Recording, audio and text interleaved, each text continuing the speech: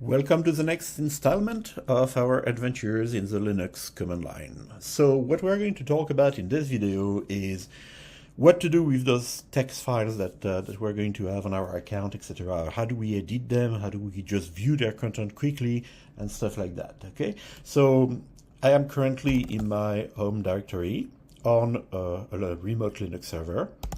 This is what I have in my home directory, a few text files. One is a log, a copy of a log. The others are like various definition of what the Bobbyverse is, two different poems from Lord of the Rings, stuff like that. Okay, so I want to view the content of those things.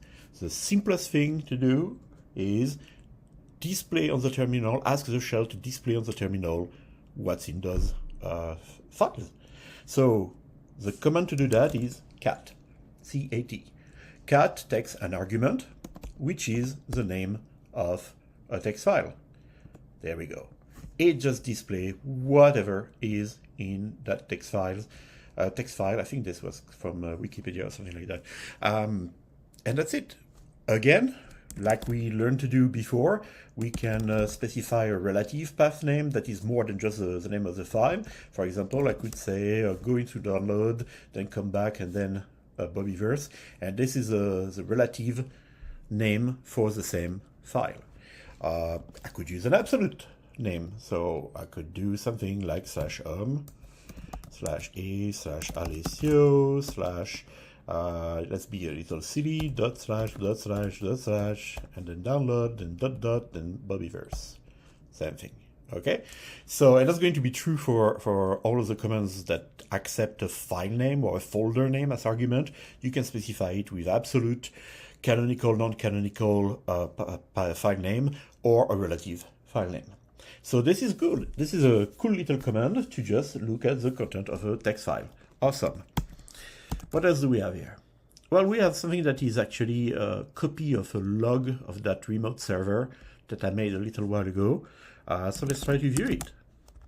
There we go. Whoa. So there is a lot of scrolling involved. Okay, depending on the setup of your terminal, you can, just scroll with your mouse or the up and down keys with a shift or meta or command something.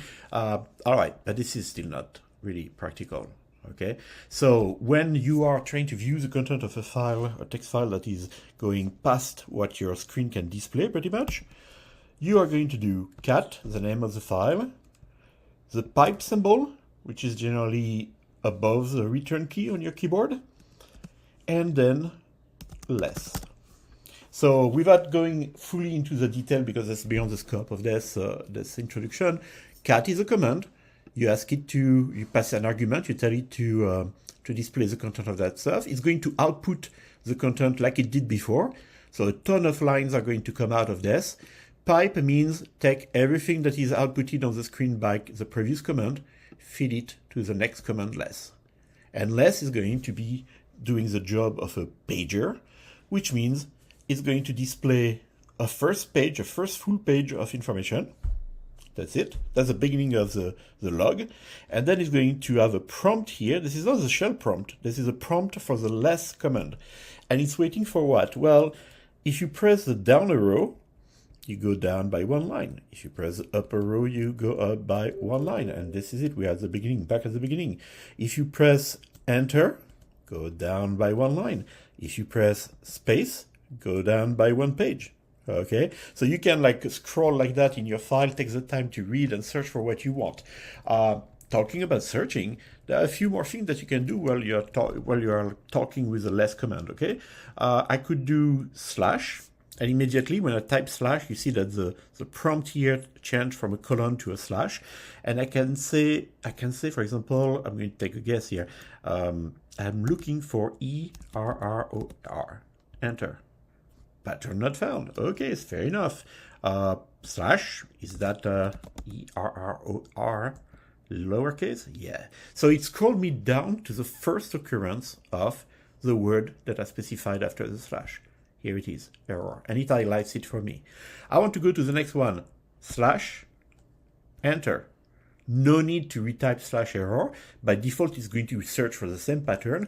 But in this case, that's it. Error was the only this is the only place where error was found in the whole output of this thing. So let me scroll back up. And we are going to search for something a little bit more common. For example, I saw the number 13 was appearing a ton of times.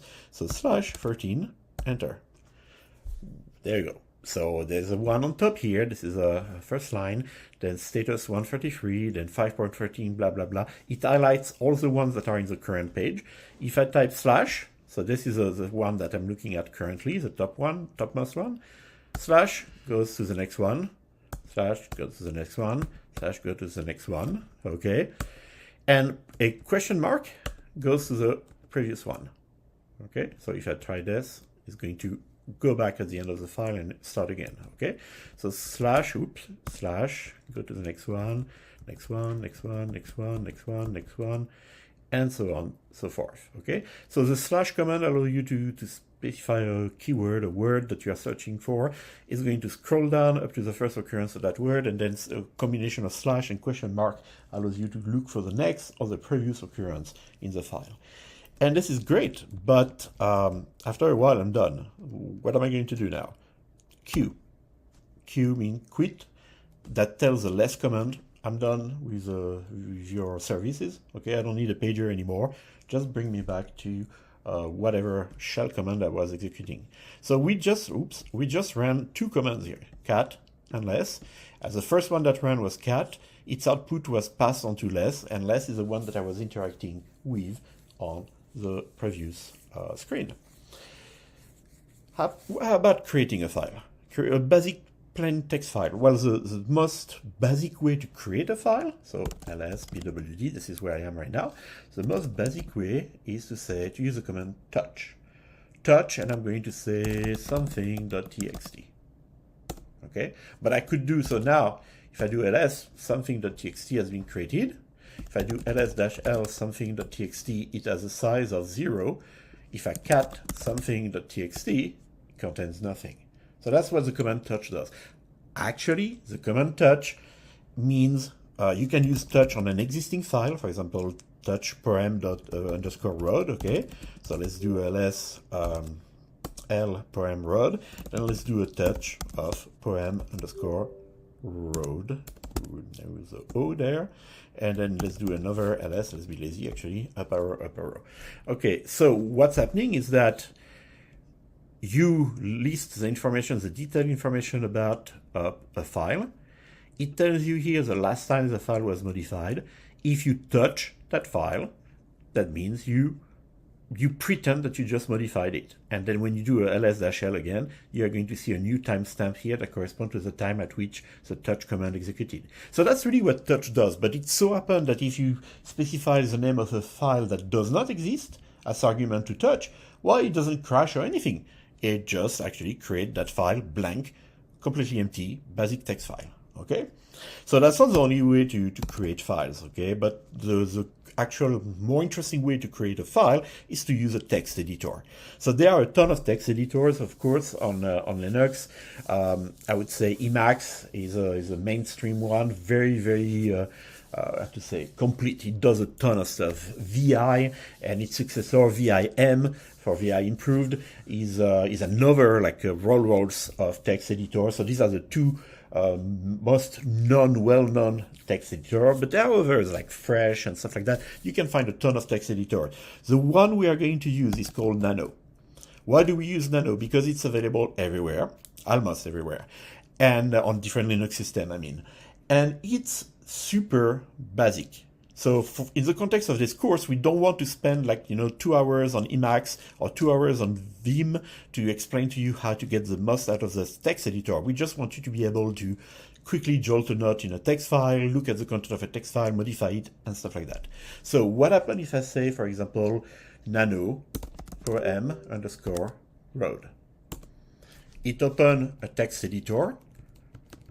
So I'm not talking to the shell anymore, okay? The shell is executing the command nano. The nano command is taking control of my screen, shows me the content of the file, allows me to move around here, and I can add stuff, something here. I can remove things. There you go, remove this that I just added, etc. Okay, so I can edit that file. Awesome. How do I get out of this? So at the bottom of the screen, you'll see that there's like a summary of the main commands, right? This, the hat symbol like that, means control. Hold down the control key. Hold down the control key, press X, that means exit. Sure, let's do it. Control, X at the same time. And it tells me, do you want to save what you have in the buffer? Like the buffer is what we see on the screen, right? It's like the file loaded inside of Nano. Do you want to save what you modified? I type Y, that's yes. Do you want to keep the same file name, poem_road.txt, or do you want to rename it? I can rename it here if I want, right?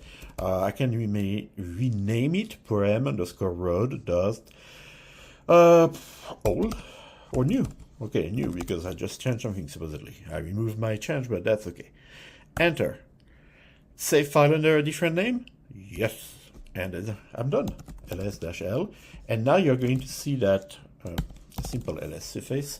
I have a poem_road.new that was created. That poem_road.new, well, I didn't really change anything, so it's not going to be like, you know, transcendental there. But this is a new version, and cat poem_road.text is the original version. Okay, so let's do that well. Okay, instead of messing around, edit. So nano poem_road.new. And the poem_road.new is going to be, I don't know, let's remove a line here. There we go, another line, and another line here. Why not? This is a short version. This is a Cliff Notes version. So now that I've modified it, I can try to exit, right? And he's going to say again, do you want to save it? Yes, no. Do you want to keep the same name? If I say yes, then I need to confirm. If I say, if I say no and I rename it, I need to confirm. If I just go with the name that it has already, then there's no problem. So let's go through that first. Control X, there we go, save modified file Y. File name to write. So by default, the same name that it has right now. Well, I'm okay with that. So this time I don't want to create a new file. I want to overwrite poem_road.new because now I made the modification that I want in that specific file. So I just hit enter. That's it. It saved the content into that new file. So now I can go back and I can say cat poem_road.txt, that's the original, and then cat poem_road.new, that's a new version that has been shortened. Okay? So, this is a basic manipulation of text file, but we need to know how to do more things with Nano, okay? So, first thing that you need to know about Nano is that if you say Nano is the name of an existing file, obviously it's going to edit it. No problem. If you say Nano poem_road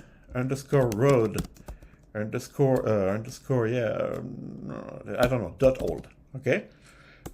Well, then I put the name of a file that didn't exist in my current working directory or in whatever path that I specified. By default, Nano is going to open the editor and create the file for me. So I can say blah, blah, blah, blah. And that's the content of my file. Again, Control X. Do you want to save? Yes. What about the name? Yes, I want the same name. I want to change the name. There we go. Now I have 3 different versions of that poem file. Okay, let's go for it. Cat poem_road.txt, that's the original. Cat poem_road.new, that's the first one that I modified. And then cat poem_road.old, this is the one that I created with Nano. All right, so Nano can be invoked with an existing file name or a non-existing file name, and it creates it automatically for you. Now, when we are inside Nano, okay, so let's pick one of those files, Nano poem road, and we're going to take, for example, the new one, the short one. All right, so I'm in the editor right now. What else can I do? So there are a few shortcuts, key bindings, if you will, okay, that are going to be super, super useful.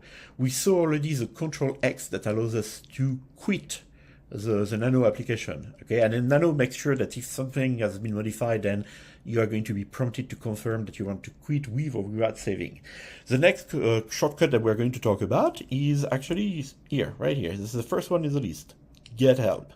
Control G. Control G, and then I can use the arrow to scroll down and up, etc. Shows you like the help manual, pretty much the help page, with all the shortcuts that Nano accepts. So when it shows, the hat symbol followed by a letter, that means press Control, keep Control down, and then press that letter.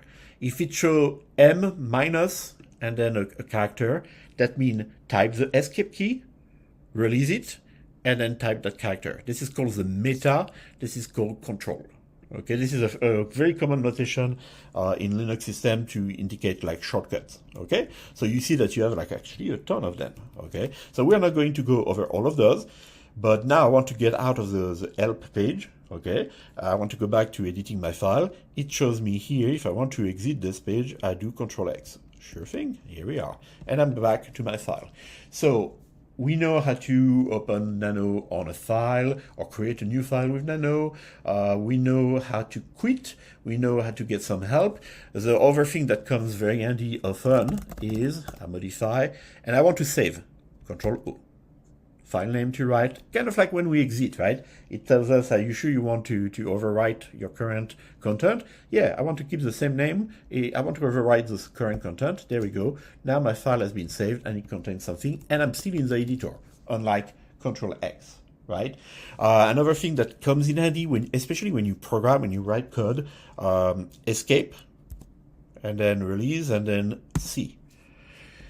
Constant cursor position display enabled. What's that? Well, let's move around a bit. There we go. Now I move around and it tells me my position as a line number, a column number. So if I go right, it's going to change, and so on and so forth, and the number of characters that I am away from the beginning of the file. Okay, so this can be useful again when you have an error message that tells you line 10, blah, blah, blah, something is wrong. Well, you can enable that cursor thing with escape followed by the C key, and then you are able to see exactly where you are. So to turn it off, escape, C, and then it's disabled. So it's a toggle, right? All right. What would we do if we didn't have cut and paste? I don't know. So we are going to learn to do cut and paste with Nano. So the shortcuts are a little weird, maybe, I don't know. So Control, I press the Control key, I press the Shift key, and I press 6, because this is where my hat symbol is. The hat symbol on my keyboard is above the 6, so I need to shift it. And then I move with the arrows. So the Control hat symbol actually allowed me to start selecting something. And then I move with the arrow to extend the selection to whatever I want. For example, I want to take everything after the, and then up to where. And I want to, let's say, remove that cut. So the shortcut to cut something is Control K. There we go, it's gone. Well, I didn't want to cut, I wanted to just copy it and paste it elsewhere. No problem. I'm going to repaste it. So the shortcut to paste what you just cut is Control U. Then I'm going to go elsewhere and I'm going to say, hey, you know what? I want to paste it here again. Control U. Okay. And as long as I don't do another Control K and I have a different text, in my cut and paste buffer, every time I do Control U, I'm going to keep pasting that same thing that I marked and then cut previously. Okay, so you don't have to cut and paste, you can copy and paste, but trying to keep it simple. If you want to copy something, select it, cut it, paste it immediately, and then go elsewhere, paste it. Okay, that will work just fine, and that's one less shortcut that you have to remember. So that's it. You have cut and paste, you have a way to save, you have a way to get the general help to learn more shortcuts on your own, you can see where your cursor is. What else could there be? Well, text editors in Linux and Unix environment have the concept of buffer. So what we are looking at right now is one of the buffers of the text editor. So let me clean up here a little bit So if you do Control K, by the way, it cut the current line. So this is a nice way to clean up a lot of junk like that. So I have here modified my file. I added something here. Okay, great poetry. So now I'm going to save it, Control O, file name to use the same, enter. And I would like to open another file. But I don't want to exit Nano and reopen Nano on that other file, because if I want to come back to this one, then I'm going to have to exit the previous Nano, come back to the shell, type Nano, the name of the original file, the first one that I was editing, go back there and go back and forth like that is going to be a killer, right? So instead, what I want to do is I want to use the concept of buffer. This is one of the buffer that Nano handles. A buffer is pretty much a place where I have loaded a text file. Well, what if I want to load another text file? Okay, is there a command for that? Of course there is a command for that. Control R. Control R is going to ask me file to insert from and offering me a path. Okay, so the path I'm going to say here is going to be, I don't remember the names. I think I have something called Bobbyverse, right? Bobbyverse.txt. So it tells me this is my working directory, /. So if I had something in a subfolder, I would type something like edu, for example. So / is implied, right? And then I would type edu, then CIS 1930, then Bobbyverse, etc. In my case, the Bobbyverse file is right there. So I'm going to type enter. And what this way of reading the file is going to do is going to insert wherever my cursor was the entire content of that file, the text file. Okay, and it goes like past the end of the line. So this is a little messy. Okay, we'll have to tell it to wrap around. So this is one way to open a file. Okay, another way to open a file is to say I want to open a file, but instead of inserting it wherever I am in my current file, I want to actually load it in a separate buffer. So there would be two files loaded in Nano, and one would be displayed one at a time, and I would be able to switch back between the two of them. Well, the easiest way to do that, I'm going to do a Control X. Do you want to save? Yes, same file name. The easiest way to do that is to start and say, I want to edit poem road.new, and I want to edit also poem road. What is it? Old, right? Old. And you can specify as many text files as you want with absolute path, relative path, whatever you want, okay? When you do that, the files are loaded.